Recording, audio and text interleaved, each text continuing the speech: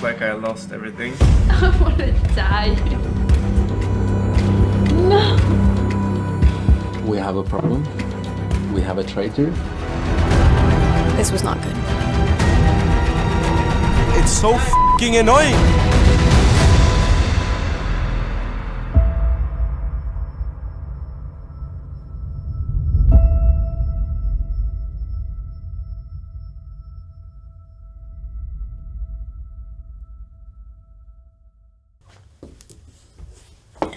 Do I look in the cameras or at you? Yeah.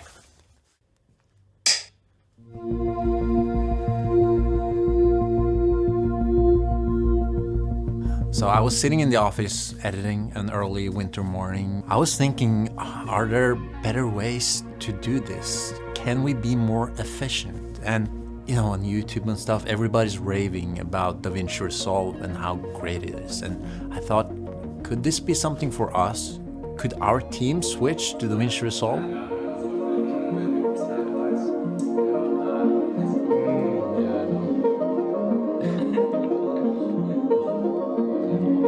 I had made up my mind. I was gonna make this happen. But I needed a plan, and I needed a partner in crime.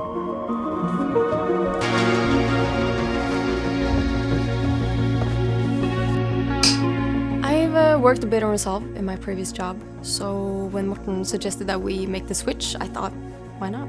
So one of the big arguments in favor of Resolve is its stability. A lot of people are tired of Premiere constantly crashing, causing them to make the switch. In terms of coloring, Resolve blows Premiere out of the water. There's not even a competition. It's just fantastic. So all of these things are nice, but there's one thing that really convinced us to switch over. The Blackmagic Cloud. We are often 5-6 people editing at the same time. It's just super efficient for a team like us to be able to work in that way. This was the beginning of the Resolve Infiltration Alliance, RIA for short. Our aim was to make the whole team switch over to DaVinci Resolve. Shit. Wow.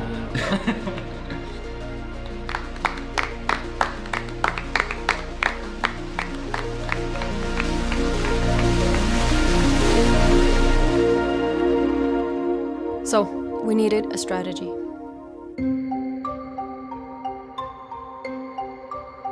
Our biggest challenge was Anders, self-proclaimed the fastest editor in Norway, and he's old, and old people don't like change. Therefore, we had to start somewhere else. First, we needed more members in the RIA. Someone who wasn't too attached to Premiere.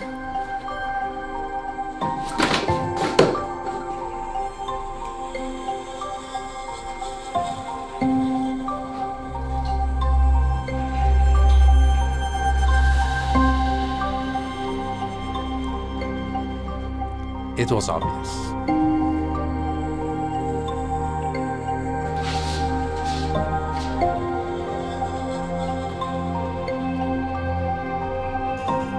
I used to like Premiere a lot, but yeah, now I like Resolve a lot better.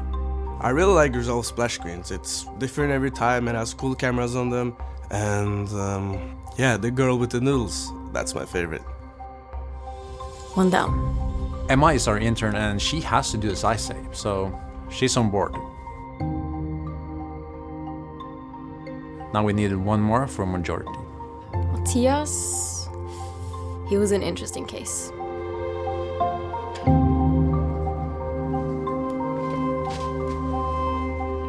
You know, you got even better curves in Resolve, right?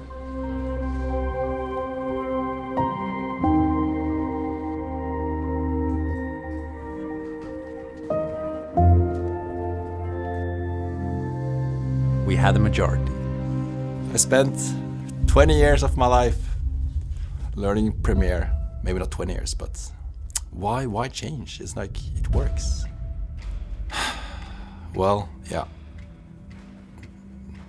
The group has decided, so I think I just need to start using it.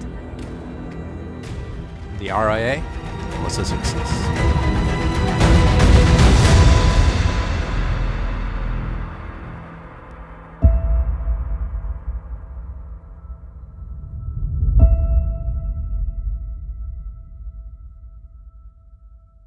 We had successfully switched the entire team to Resolve.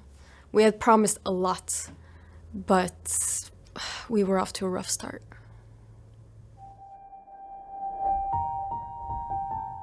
Emma, what happened? I've used it for like, I think 1 hour now, and it has crashed like 2 times. And it's gonna keep going, I think. Oh, no! This is, oh my god. Here we have the export graveyard. Yeah. Oh my gosh.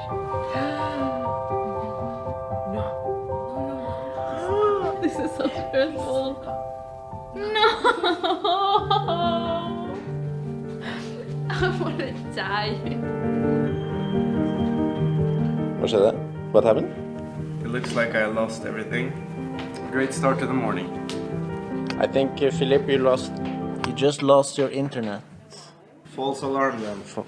Yeah, so That's you good lost news. connection to the server. Alright, so I guess we'll just...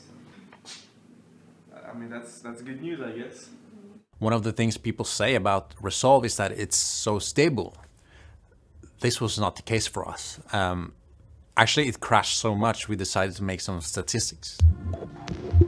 From this day on, we would make a mark each time Resolve crashed. Already 2 for Gina Maria in like 3 hours. Not too bad.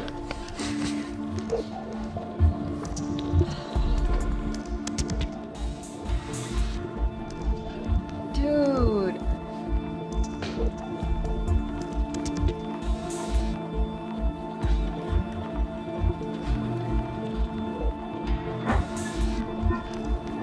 What happened, Emma? It crashed like 5 times in 10 minutes, I think. It's so frustrating because it's just a small thing I have to do and it's taking me like hours. It was so frustrating because it kept crashing like so much. This has happened around 10 times. Found the solution, or so I thought, and then it just wouldn't render the whole video and just half of it. I remember one of the things Morten told me was that one of the reasons we should go for DaVinci is that it's so flawless, it doesn't crash. I don't know if it was just unluck or not, I don't know, but it crashed all the time. For me, I didn't really experience a lot of crashing. It's been good for me. You know, maybe I'm not using like DaVinci as heavily as other people here at the office. I like to do like, you know, simple adjustments, and yeah. This f***ing software, I'm tired of this shit, and you know what? F*** all of you.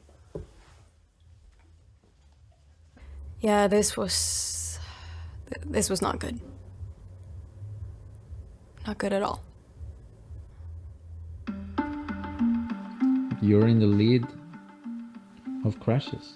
We started this statistics on February 15th. Now it's March 3rd, so we've been going for a couple of weeks and a couple of days.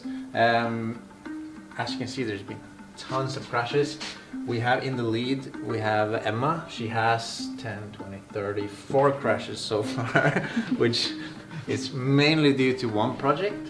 Same with Anders, 14. Philip, I only have 1 crash. So in terms of the computers we have a wide variety ranging from quite mediocre machines to some powerful ones, both Windows PCs and Macs. While the machines with the most powerful GPUs were a little bit more stable, they all experienced crashing way more than we had with Premiere. This persisted through different versions of Resolve, both with local databases and with the cloud. But the crashing wasn't the only thing we struggled with. Even though we have really strong computers, I definitely experience a lot of lagging. If we have 6 or 8K footage, I will definitely need to make proxies in order to work with them. Especially when you have clips on multiple tracks, the render cache just doesn't really work as it should. And yeah, that is one thing I really miss from Premiere, is the render into out function. So the built-in stabilizer in Resolve is awful, basically. It's no matter how much you change the settings, which method you use, it's not good. It's nowhere even close to Warp Stabilizer. And I've seen some people online say, oh, it's actually pretty good. No, it's not. Like, what are you drinking? It's horrible. It's really bad. It's really bad. It's really bad. It's really bad. Also, one of the things about Resolve that is the most annoying is the people that are using it and loving it and worshipping it. For example, zooming in the cut page. It's not possible, but then people are saying, you don't need to zoom in the cut page. That's the whole point of the cut page. I want to zoom in the cut page. Were you getting cold feet from all of this? Yeah, we were really starting to doubt if this thing was a good idea after all.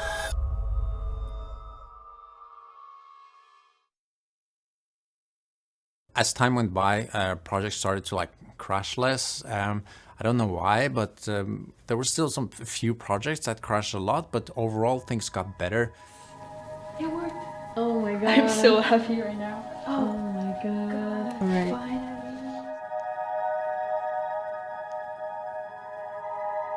So 3 months ago we started using DaVinci, and I think I was the person that was most against it because I've been using Premiere for so long. And when I started playing around with DaVinci, I saw new things, which actually I like quite a lot. So after a week or two, I think it was, I was kind of Premiere and DaVinci 50-50, I like them the same. But then we started using the cloud, the collaborate way of using DaVinci, where we can have things in the cloud and we can actually be two persons working in the same project. That's a huge benefit. There's one thing I miss, and that's the warp stabilizer. When we edit the video that Morten has filmed, it's nice to have warp stabilizer. As far as I've seen, it's a little bit better in Premiere.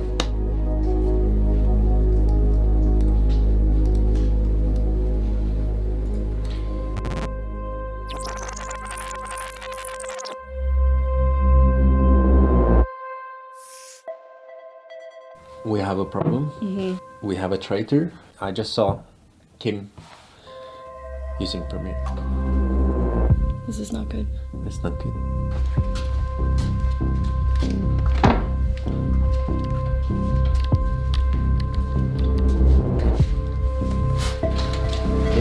Yeah, they wanted italic on the title, but the font they want, it doesn't have italic. But in Premiere, it's actually possible to do the title italic, even though you don't have the font installed. Yeah. As we got more and more into the program, we really started to like the new workflow. Resolve is divided into 7 different pages, all covering different parts of the process. So the media page is simple. It's just for importing media. There's nothing to be said about it. I think it's a decent page. It does what it's supposed to do. No bells and whistles. It's fine. The cut page was not really for us. Personally, I just found it too restrictive. I like to be able to move around more and just do more, even if I'm just doing very groundwork. I also got to test out the speed editor, which is specifically made to be used in the cut page. But to be honest, I find it just as efficient to just use my normal keyboard shortcuts. And you can't really customize the speed editor, so it's quite locked and restrictive, in my opinion. There's not much to say about the edit page. It's quite similar as Premiere. Having the inspector page on the right side and the media on the left side, and it's kind of, you can just show it and you can hide it really easily. And that you have all the controls for the video and the audio and effects in one box. I realized after some days that this might have some better interface than Premiere in the editing page.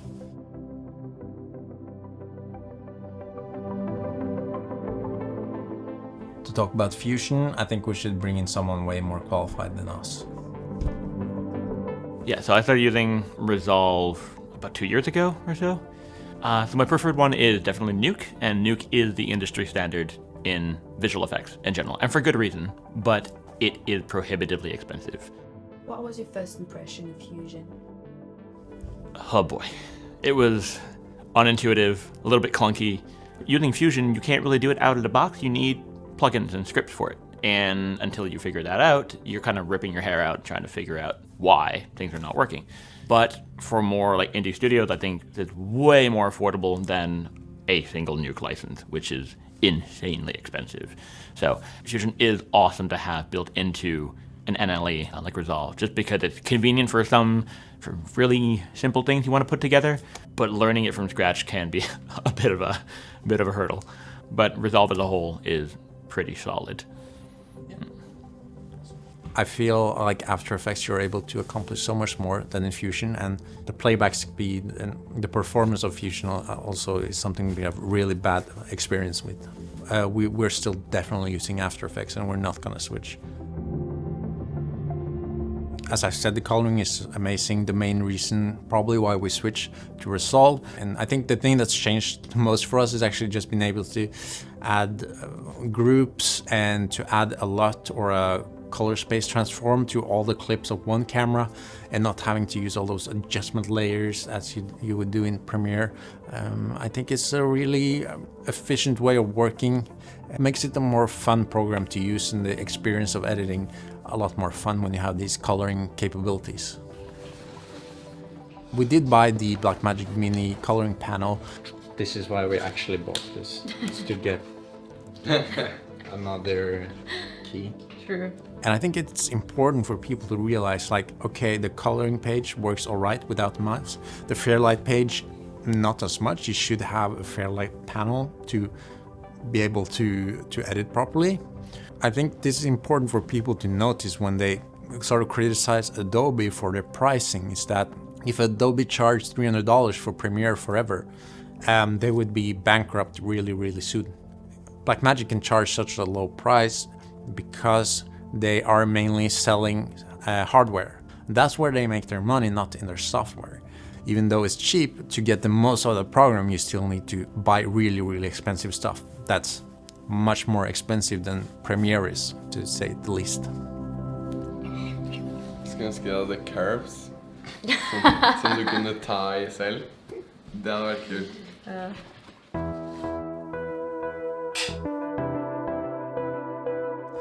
My experience working with Fairlight is I was actually quite impressed. It had a lot of the professional features that I was used to from Nuendo, and it was quite easy for me to get my mind around how the software worked and how sort of the buses worked and how you process audio. For me, using Nuendo with just a mouse and keyboard is super quick and really intuitive. So switching to Fairlight and still only using mouse and keyboard felt a little bit more troublesome to me.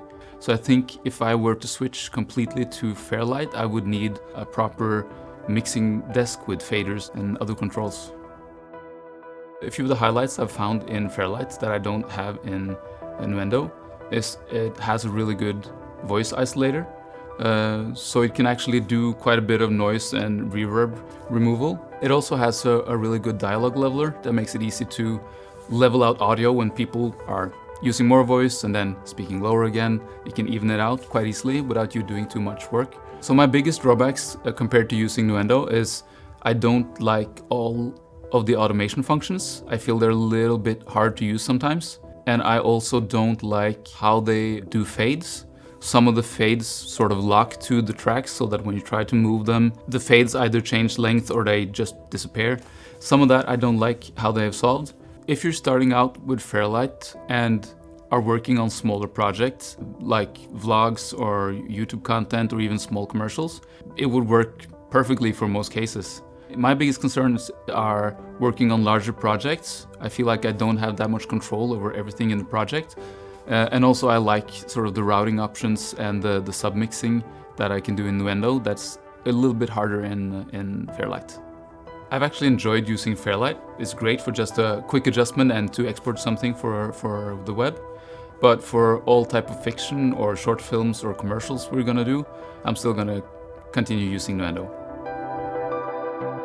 I'm not a huge fan of the delivery page. You have a lot of options and you have a queue, but I still like Adobe Media Encoder better. And you're not able to continue editing when you're exporting. So I actually prefer the Adobe Media Encoder over the Resolve delivery page.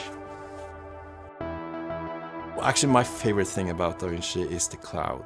I know that Premiere has some like collaboration things. We tried it once, but it didn't work. It was a bit frustrating. But the cloud is awesome, and I think that was the first biggest thing that I really liked about DaVinci was the cloud. It was a project where I had to deliver 5 different videos. So somebody started working on one video, I was working on the second video in the same project file. And whenever we added something into the project, it showed up on all the PCs. Nobody was color grading something for me. I was editing while she was color grading, so it just updated the sequence. So that's really cool. That's really efficient, and that's something that we as a film production company especially has a huge benefit of. The cloud system is such a game changer, in my opinion. And it even has a chat function, so you can talk to the people you're collaborating with without having to go up or disturb them too much, which I think is nice. Have you ever actually used that function? Yes, I have. Mostly because it's fun. And sometimes to tell Anders that the edit is done.